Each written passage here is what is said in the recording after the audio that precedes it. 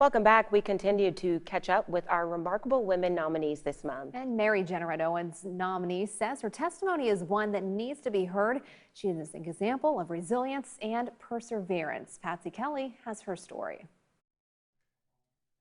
Mary Jeanette Owens started her life of service early. She grew up in the small town of Johnsonville. We didn't have a whole lot, but we didn't know we didn't have a whole lot. As soon as she was old enough, she started working in tobacco to help her mother pay the bills. A few years later, Mary was one of the selected students for a pilot program for integrating schools. But when she got there, she briefly second-guessed her decision. Throwing spitballs, if you came down the hall, they went to the right of the hall. There were racial slurs that was given to us.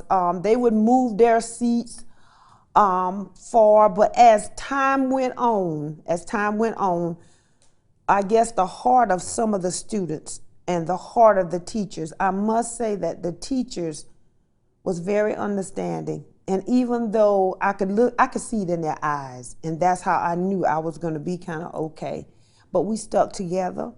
And eventually we were able to come together better. You know, I got to play basketball. But it was still a tough time. There were some mornings I really didn't want to go, but I was already committed. And I think that started me then. If you say you're going to do something, then you just have to do it. You go ahead and you do it. You don't run from it. And that phrase set the stage for the rest of Mary's life. She went on to open the first black salon in Johnsonville in the 80s. At the time, she was also a nurse, a single mom to 2 kids, and needed a second job. But I was sitting in the salon, and I was waiting to get my hair done, and then this voice, and I know it was the Spirit of the Lord, said, watch her, because that's what you're going to be doing. A few weeks later, Mary enrolled in beauty school during the day and worked at night. She was soon able to minister to many people through the hospital and salon.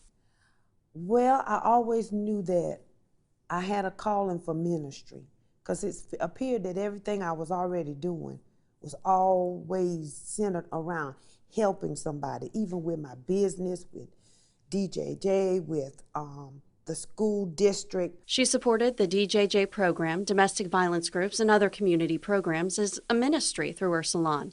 And she ministers because she had an example. Because someone poured their life into me at a very young age. You can't have something poured into you and you not want it to come back out. I get a little full when I talk about that. And the lady that poured it into me, I was young and coming from a poor family.